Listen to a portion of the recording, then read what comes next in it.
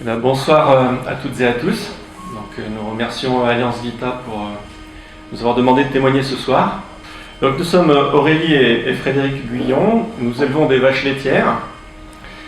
Nous avons 46 ans et nous avons 3 enfants. Alors l'aînée Tite a 4 ans et demi, Fleur-Marie a 2 ans et demi, et la petite dernière c'était Azélie, qui aurait eu 1 an maintenant, et qui a vécu un peu plus d'un mois après sa naissance, je précise bien. Donc nous nous sommes mariés en 2007 sur le tard, à 36 et 37 ans. Nous n'arrivions pas à avoir d'enfants, aussi les médecins nous ont orientés vers la PMA. Donc nous avons fait 4 inséminations infructueuses, puis nous avons arrêté car nous ne souhaitions pas poursuivre avec une fille la fécondation in vitro. Donc on s'est tourné vers l'adoption, donc on a obtenu notre agrément. Et c'était l'époque où la plupart des pays étrangers fermaient leurs portes à l'adoption. Donc du coup nous avions très peu de chance qu'on nous confie un enfant à l'adoption. Donc du coup on a eu la chance que une nouvelle technologie d'aide à la procréation arrive en France. C'est ce qu'on appelle la naprotechnologie. Donc après quelques mois d'observation et 3 mois de traitement, Aurélie était enceinte. Donc elle avait 41 ans quand il est né. Donc 22 mois plus tard, c'est Fleur-Marie qui voyait le jour, toujours avec un petit coup de pouce de la naprotechnologie. Et 10 mois plus tard, nous attendions Azélie. Alors là, c'était une petite surprise, parce qu'elle est arrivée toute seule, sans aide médicale. Donc avant notre mariage, et à cause de notre âge, nous nous étions posé la question de savoir ce qu'on aurait fait si on avait un enfant trisomique. Donc il se trouve que Aurélie a un cousin qui est porteur de trisomie 21. Pour nous, il était évident qu'on allait élever ces enfants différents. Du coup, on n'a jamais fait de dépistage précoce pour nos enfants. Alors, comme toute grossesse, elle se déroule d'échographie en échographie. Donc, à la première échographie, tout allait bien. L'échographe n'avait rien relevé de particulier. Cependant, la nuque avait comme épaisseur 2,9 mm, ce qui était beaucoup plus que pour Tite et Fleur-Marie, et qui est en fait un critère de possibilité de trisomie 21. Donc moi, intérieurement, même si l'échographe n'avait rien relevé de particulier, je me suis dit intérieurement que peut-être notre bébé était porteur de trisomie 21. Et puis, comme Isabelle, je suivais la page Facebook Tombée du nid, et j'étais nourrie par tous ces témoignages de familles qui avaient un enfant trisomique en particulier, puis aussi d'autres pathologies, et qui étaient vraiment très, très émouvants, très touchants, et qui montraient que c'était possible d'être heureux avec un enfant différent. J'étais assez cool en fait. Un petit peu, je trouvais qu'à 4 mois, mon bébé ne bougeait pas beaucoup par rapport aux autres, et voilà, je me disais j'aimerais bien qu'elle bouge un peu plus. Et puis finalement est arrivée la 2e échographie, et nous allions enfin savoir si je m'étais fait ou non des idées. Et là, c'est vrai que pendant l'échographie, le médecin a dit, enfin c'était pas un médecin, c'est une sage-femme, a dit il y a un problème avec votre bébé, il a une fente, sous-entendu une fente labiale. Et moi je me disais bon c'est pas grave, si c'est que ça s'opère, c'est pas un problème. Mais elle a dit mais il n'y a pas que ça. Et effectivement, en fait il y avait tout un ensemble polymalformatif, donc la fente labiale, un rein plus petit que l'autre, des kystes des plexus choroïdes, un corps calleux court, une artère ombilicale unique, et puis des petites mains fermées. En fait, elle nous a dit que si nous le souhaitions, nous pouvions avoir un rendez-vous en urgence le lendemain avec le médecin référent en vue d'une interruption médicale de grossesse dès le lundi. Et nous étions le vendredi. Là, nous avons dit, on s'est regardé, et de toute façon, c'était clair pour nous, on en avait déjà parlé avant, qu'on ne souhaitait rien faire de particulier et que donc nous n'avions pas besoin du rendez-vous en urgence du lendemain. Et donc, nous avons eu un rendez-vous 10 jours plus tard. Quand même, en sortant du cabinet de l'échographie, nous nous sommes dit, voilà, on a un petit bébé qui est handicapé. Et pendant ces 10 jours, j'ai quand même pris le temps de regarder sur Internet qu'est-ce que c'est qu'une fente labiopalatine. J'ai vu que ça s'opérait effectivement, les kystes des plexus choroïdes. J'ai vu que donc, c'est des kystes qui sont dans les 2 lobes du cerveau. Là, je sais pas trop, je suis pas médecin donc je connais pas les mots, mais que ça disparaît en général au cours de la grossesse. Le corps calleux court Effectivement, là, c'est plus incertain et ça pouvait avoir des conséquences sur le développement de l'enfant. Et finalement, en fait, ce que je disais me rassurait plutôt. Je me disais que peut-être tout ça, ça allait rentrer dans l'ordre et voilà. Et le 27 juillet arrive et l'échographie avec le médecin référent. Et là, effectivement, il nous montre bien la petite fente, le rein et tout ce qui n'allait pas bien, et les petites mains fermées et les pieds en piolet, précisant que ce sont des signes qui évoquent fortement une trisomie 18. Il note que nous ne souhaitons pas faire d'amniosynthèse et nous prend un rendez-vous le 3 août, donc quelques jours plus tard, avec la généticienne, qui, elle, nous peint aussi un tableau assez noir de la situation. Alors, la trisomie 18, on n'en avait jamais entendu parler. Et je pense que certains d'entre vous n'en ont jamais entendu parler non plus. Donc, comme son nom l'indique, il s'agit de la présence de 3 exemplaires du chromosome 18. Donc, la surexpression des gènes de ce chromosome entraîne des malformations lors du développement du fœtus qui sont plus graves que pour la trisomie 21. Et certaines sont létales. Donc, la plupart des enfants meurent in utero, surtout les garçons. Les filles qui naissent ont une espérance de vie de quelques mois. Donc, sachant qu'Azélie pouvait mourir in utero d'un moment à un autre, nous avons décidé de lui donner son prénom et d'annoncer sa maladie à notre famille et notre entourage. Donc, une amie et une cousine d'Aurélie avaient perdu un enfant in utero, et ce qui avait été le plus dur pour elles était que la vie de leur bébé ne soit pas reconnue par une partie de leur entourage. Donc, nous voulions donc que notre petit bébé soit connu et reconnu pour ce qu'il est. Aurélie a donc créé sa page Facebook, La Petite Vie d'Azélie, pour donner des nouvelles régulières et la faire vivre. Donc à partir du moment où on a annoncé la vie d'Azélie, beaucoup de gens, familles, amis, et aussi des personnes que nous ne connaissions pas via sa petite page Facebook, ont commencé à nous envoyer des messages de soutien et à prier pour nous. Et nous nous sommes vraiment sentis très portés par tout ça, pendant la grossesse et pendant toute la petite vie d'Azélie.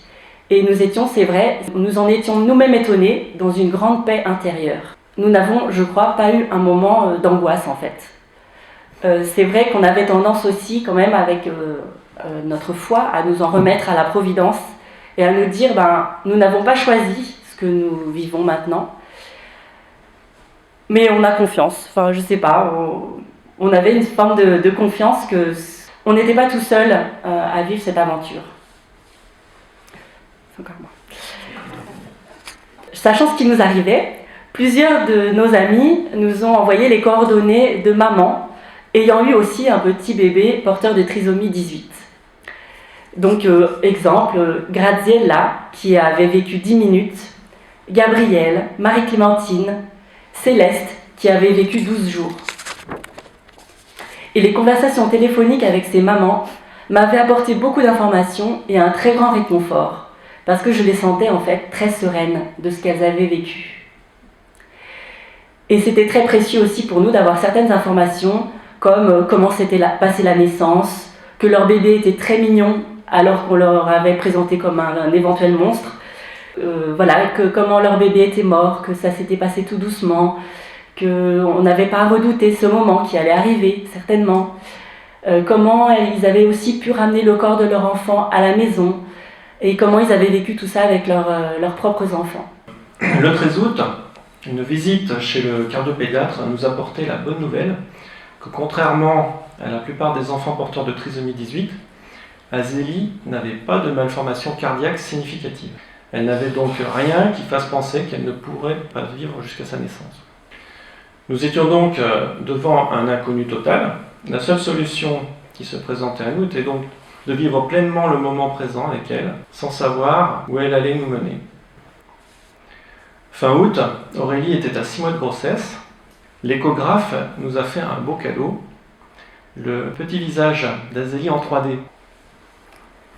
Comme on a l'image, je précise que c'est vrai que cette image a été importante pour nous, d'autant plus que la petite fente, on ne savait pas comment elle était. Et que ça nous a aidé aussi à l'apprivoiser quelque part. Et c'est vrai que quand elle est née, Azélie, je ne sais pas s'il y aura une image parce que c'est pas moi qui les ai choisies. Elle était toute belle, quoi. Donc fin septembre, nous avons rencontré le chef de service pédiatrique de néonatologie pour évoquer avec lui l'accueil d'Azélie, avec lequel nous avons émis le souhait qu'Azélie soit accompagnée au mieux, sans acharnement thérapeutique. Alors quelques jours plus tard, j'ai eu un rendez-vous beaucoup plus difficile avec la gynécologue du CHU qui devait suivre la fin de ma grossesse. Fred n'avait pas pu m'accompagner, donc j'étais toute seule et je la connaissais pas et je pensais que comme les autres, elle allait accepter notre choix sans souci. Et du coup, quand je l'ai rencontrée, voilà, je lui ai dit, on lui a donné un prénom, elle s'appelle Azélie, etc. Et elle m'a répondu, mais les parents qui font des IMG aussi, ils donnent des prénoms à leurs enfants. Et puis d'ailleurs, les parents, comme vous, pensent souvent que ça va être simple, que leur bébé va mourir vite. Mais c'est pas sûr. Si vous vous retrouvez avec un enfant très handicapé, qu'est-ce que vous allez faire ? Elle était un peu étonnée de sa question, parce que je me disais intérieurement, mais elle aussi, elle peut très bien avoir son mari qui a un accident et qui se retrouve handicapé demain, et qu'est-ce qu'elle va faire ? Et voilà, mais je savais pas trop quoi lui dire pour qu'elle comprenne notre démarche. Et finalement, il y a un mot qui m'est venu, et je lui ai dit, mais en fait, ce qu'on veut, c'est la laisser être ce qu'elle est et vivre ce qu'elle a à vivre. Et ça l'a arrêtée. Et ensuite, on a pu aborder les questions liées à l'accouchement, qui ne sont pas moindres en fait. Parce qu'en fait, effectivement, il y avait un risque qu'Azélie ne supporte pas l'accouchement. En général, quand un enfant va bien, est bien portant, et qu'il y a un problème pendant l'accouchement, on ne se pose pas trop de questions, on fait une césarienne, et voilà. Mais il faut savoir quand même que la césarienne comporte toujours un risque. Et donc dans le cas d'un enfant qui est porteur d'une trisomie 18, donc qui a une très petite espérance de vie, la question se pose surtout quand on a d'autres enfants, est-ce qu'on va prendre ce risque-là ? Et donc on y a réfléchi. De risque pour la maman. De risque pour la maman. Même s'il maîtrise très bien les choses maintenant, voilà, ce risque n'est pas zéro. Et donc, on y a bien réfléchi entre nous, aidé aussi par un proche. Moi, j'ai un cousin qui est gynécologue aussi, que j'ai pu appeler et qui m'a un peu éclairé aussi sur toutes ces choses-là que nous vivions. Et voilà, du coup, nous avons décidé que non, on n'allait pas prendre ce risque-là, mais comme nous n'avions de toute façon pas choisi la petite fille d'Azélie, on n'était pas maître non plus de savoir si elle allait ou non supporter sa naissance. Et donc, on a décidé de ne pas faire de césarienne au cas où, de laisser faire la nature, et en même temps, moi je voulais lui donner toutes ses chances de supporter sa naissance, et donc j'ai fait le choix de ne pas avoir de péridurale, pour être sûre de bien respirer, de bien tout faire ce qu'il fallait pour que ça se passe le plus vite possible et le mieux possible pour elle. Et donc aussi, pendant la naissance, elle n'était pas surveillée, il n'y avait pas de monitoring. Donc voilà, c'était la surprise à la sortie. Elle avait ou pas supporté, et nous, voilà, on faisait tout ce qu'il fallait pour que ça marche. Et en fait, ça a été génial. Non, ça c'est toi qui vas le dire après. Donc voilà, on avait décidé ça. Mais par contre, voilà, le moment de la naissance allait arriver, j'étais en salle d'accouchement, et il y a eu un petit peu quelque chose de difficile, encore avec un médecin malheureusement. Le chef de service de néonat que nous avions rencontré et avec qui nous avons évoqué le fait que nous ne ferions pas d'acharnement thérapeutique, qui est venu dans la salle d'accouchement et qui m'a dit simplement bonjour madame, bon là on est bien d'accord, on ne fera pas de réanimation, y a pas de, d'accord, vous êtes bien d'accord, bon très bien, au revoir madame. Et il est parti. Et là ça a été vraiment difficile pour moi. J'ai vraiment senti en fait je vous ai senti vraiment très déconsidérée, moi et puis mon bébé. Donc ça a été vraiment voilà, j'ai fondu en larmes, et heureusement, quelques minutes plus tard, la sage-femme de l'UTAP, Unité transversale d'accompagnement périnatal, une femme extraordinaire, qui accompagne les mamans qui vivent des grossesses difficiles, elle est venue me visiter. Je l'avais déjà rencontrée une fois avant. Et du coup, j'ai pu déverser mes larmes. Et comme j'ai dû lui dire que j'avais besoin aussi de prier, elle m'a suggéré d'appeler l'aumônerie de l'hôpital. Et donc c'est grâce à ça que Odile de l'aumônerie de l'hôpital est venue me visiter par la suite, en alternance avec Geneviève. Elles sont chaque jour des 15 jours que nous avons passés à la maternité avec Azélie, elles sont venues nous visiter. Et ça a été pour nous, enfin pour moi et puis pour Azélie sûrement aussi, un grand réconfort. Alors finalement, le soir du 2 novembre, Azélie est née. Donc, magnifiquement, à 8 mois de grossesse. Elle était toute rose. Elle respirait toute seule et émettait même quelques petits sons. C'était un grand moment de bonheur, elle mesurait 42 cm pour 1,8 kg. Elle a reçu tranquillement les premiers soins, elle a pu téter son premier biberon, ce qui était une belle surprise pour nous, parce que c'était pas du tout évident avec sa fente labiopalatine. Et puis, une fois que tout ceci s'est passé, je l'ai baptisé, comme on ne savait pas du tout combien de temps elle allait vivre. Donc, c'est ce qu'on appelle un baptême d'urgence. Donc le lendemain de sa naissance, nous avons été convoqués par l'équipe soignante qui nous a annoncé qu'une partie de son intestin était passée dans son cordon ombilical.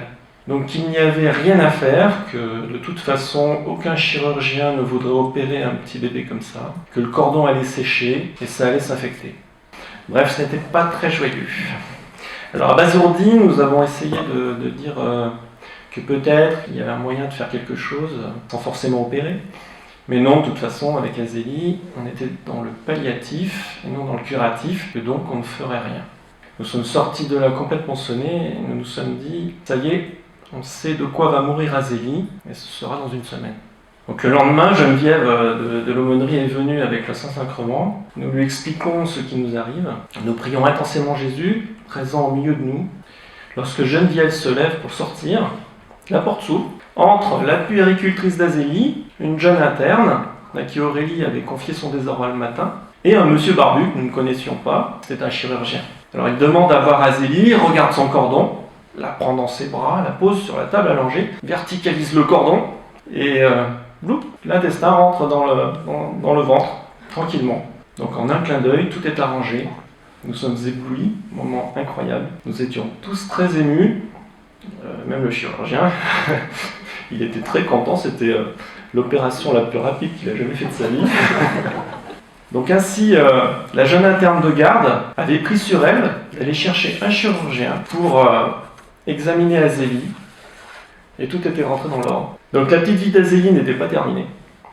Donc Azélie a passé 2 jours et demi en service de néonatologie, puis elle a rejoint Aurélie à la maternité.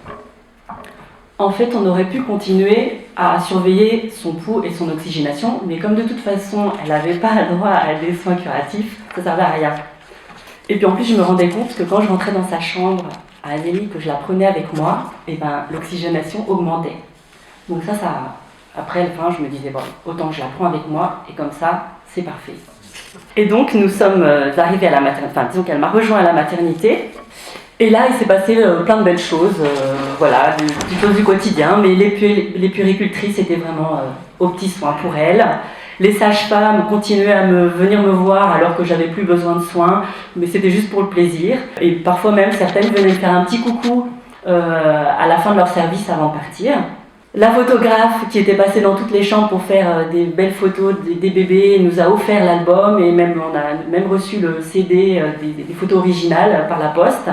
Et mes frères aussi, parisiens, qui ont fait tous les deux l'aller-retour dans la journée pour rencontrer Azélie. Et puis la visite d'amis, voilà, plein de petites choses. Et en fait, on était heureux, on était vraiment heureux. Nous étions vraiment heureux avec notre petite Azélie. Même, je me souviens, ça m'a touchée, parce qu'on ne s'en rendait pas compte. C'est Geneviève, l'aumônière, qui me dit « Mais vous vous rendez pas compte, mais vous êtes lumineux. » Alors voilà, merci Azélie de nous avoir donné cette lumière. Voilà, ce qu'on vivait nous dépassait complètement et on avait vraiment le sentiment de vivre une belle aventure. Mais bon, Azélie, elle n'était pas née pour passer sa vie à la maternité. J'avais mes grands qui avaient besoin aussi de leur maman à la maison et du coup, voilà, il fallait rentrer. Donc on s'est un petit peu battus, mais ils ont accepté de nous laisser partir, même si Azélie n'avait pas atteint le poids qu'ils auraient souhaité. Quand on est sorti de la maternité, elle pesait 1,735 kg. Ils auraient aimé qu'elle fasse 2 kg, mais le chemin était encore long avant d'en arriver là.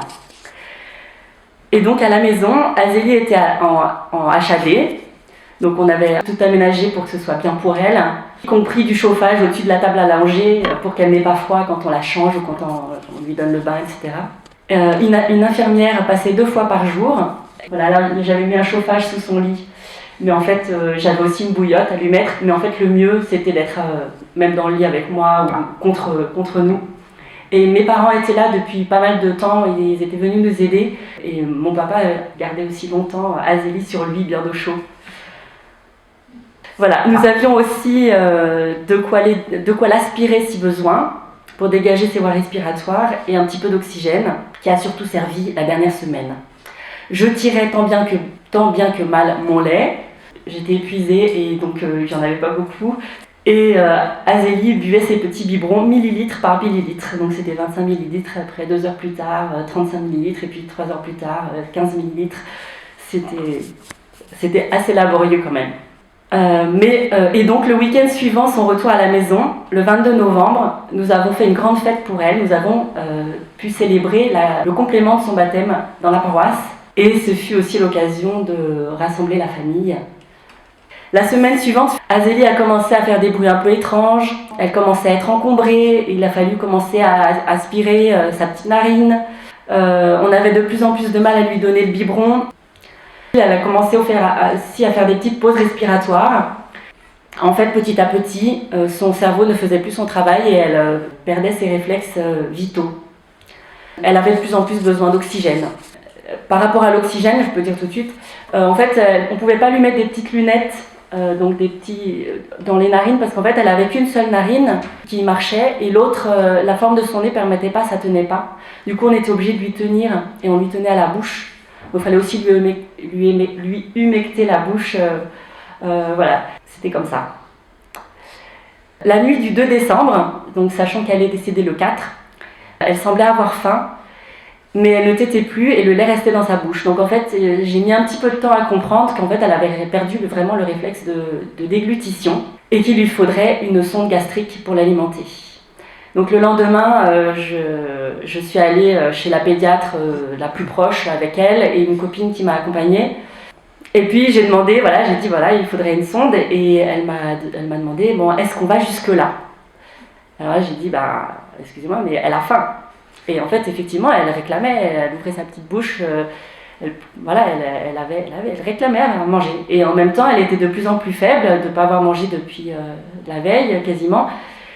Donc là, j'ai un petit peu insisté et on a réussi à ce qu'on appelle la HAD. Et ils ont envoyé 2 puéricultrices pour poser la sonde à Azélie. Mais on croyait vraiment à la vie parce qu'en fait, avec ma copine, on a eu le temps d'aller acheter un paquet de couches et une boîte de lait parce que je disais j'ai plus assez de lait, donc voilà, ça voulait dire qu'on pensait qu'elle allait vivre encore plus longtemps. Et donc une fois qu'elle a eu sa petite sonde, elle était quand même très très faible. À partir de ce moment-là, quasiment tout le temps besoin d'oxygène, donc on était tout le temps quelqu'un à lui mettre de l'oxygène à la bouche. Ce qui était beau, c'est que à ce moment-là, j'ai des amis qui sont venus. Cette copine a appelé les copines. Ils se sont retrouvés à 3-4, là, dont une ici qui est là. Voilà, qui nous ont pas lâchés jusqu'au soir, juste pour être là avec nous et s'occuper aussi d'Azélie. Mais à un moment, de cet après-midi, on a vécu quelque chose de très très fort. En fait, Azélie était dans les bras de son papa et la bouteille d'oxygène s'est arrêtée. Et là, Azélie a poussé un petit cri et en fait, après, elle s'est mise à faire une très longue pause respiratoire. Et là, on a vraiment cru qu'elle partait. Donc on était avec nos amis de la prière des mères et là, on a vraiment prié autour d'elle. C'était un moment très très très très fort. On lui disait au revoir en fait. On pensait vraiment qu'elle partait. Et puis tout d'un coup, elle a un petit sursaut et hop, c'est reparti. Voilà, le soir, Fred est rentré. Moi, j'ai appelé mes parents pour leur donner des nouvelles et ils ont dit est-ce que tu as besoin qu'on revienne? Et je dis ce serait quand même bien. Et du coup, ils ont dit demain on reprend la voiture et ils sont revenus de Paris le lendemain. Voilà, ce qui était difficile aussi, c'était d'avoir dit au revoir à Azélie la veille. En fait, on lui avait déjà dit 2 fois au revoir. Il y a une fois que je ne vous ai pas raconté. Et en fait, du coup, on appréhendait. On disait mais 2 fois, elle a fait ça. En fait, elle n'est pas partie. Et comment ça va se passer la suite? On était un petit peu à se demander. Et le matin, on était vraiment très fatigués de la nuit qu'on avait passée. Moi, j'étais vraiment très fatiguée. J'étais vraiment épuisée, quoi. Et du coup, il y a une maman de l'école. Je lui ai dit, est-ce que tu peux venir à la maison? Parce que je ne me sens pas d'être toute seule à la maison. Et donc, elle est venue. Et puis après, mes amies de la veille sont revenues aussi avec de quoi faire à manger. Et voilà, elles sont restées jusqu'à ce que mes parents arrivent. Ensuite, Azélie est restée dans les bras de mon papa bien au chaud pour que ça me permettait de faire un peu aussi d'autres choses. Et quand Tite et Fleur-Marie sont rentrées de l'école et de la garderie le soir, on leur a expliqué que leur petite sœur allait très mal et qu'elle allait bientôt mourir. Et pourtant, grâce à la sonde, elle avait bien repris du poids parce qu'elle atteignait les 2 kilos. Voilà, donc Azélie avait passé une partie de l'après-midi bien au chaud avec l'oxygène avec son grand-père. Et la soirée était toute paisible et moi, j'avais Azélie sur moi. Voilà, je l'avais dans mon porte-bébé. Et puis en fait, je voyais que sa respiration était de plus en plus lente. Et au bout d'un moment, j'ai même arrêté l'oxygène parce que j'avais l'impression que ça servait à rien du tout. Et voilà, en fait, elle était de plus en plus fraîche. Et puis au bout d'un moment, j'ai remarqué qu'elle était partie. Voilà, c'était tout doux, tout doux. Alors voilà, on a appelé Fred, Tite est venue aussi, voilà, et puis on a passé un petit moment avec elle avant d'appeler le médecin et l'infirmière. Et puis ensuite, on a eu cette grande grâce finalement, cette grande chance que Azélie puisse rester à la maison pendant une semaine. Elle est restée donc une semaine avant son enterrement. En fait, ça nous a beaucoup aidé qu'elle soit là. Voilà, les enfants, alors là on voit son petit cercueil, mais avant elle était aussi dans son petit lit, dans un petit lit où on pouvait la voir, on pouvait la toucher. Fleur-Marie, qui avait 18 mois, elle allait toucher sa petite tête. Et voilà, c'était la simplicité, comme ce qui se faisait en fait autrefois et qu'on a complètement perdu aujourd'hui. Ce contact avec la mort et en fait qui fait qui fait du bien. Qui fait que voilà, on a vraiment pu faire notre deuil avec Azélie au milieu de nous. Et c'est vrai que du coup, on a très bien vécu la suite après son enterrement, après son anciennement qu'on avait célébré, qu'on avait essayé que ce soit beau. Tout était accompli. On avait vraiment accompli ce que voilà, sa petite vie avait été entière. Peut-être qu'on aurait pu mieux faire, peut-être qu'on aurait pu vivre un petit peu plus longtemps si on s'était débrouillé autrement. Mais voilà, elle avait vécu sa petite vie en entier. Et nous, on avait le sentiment d'avoir vécu une très belle aventure et on était heureux de ça.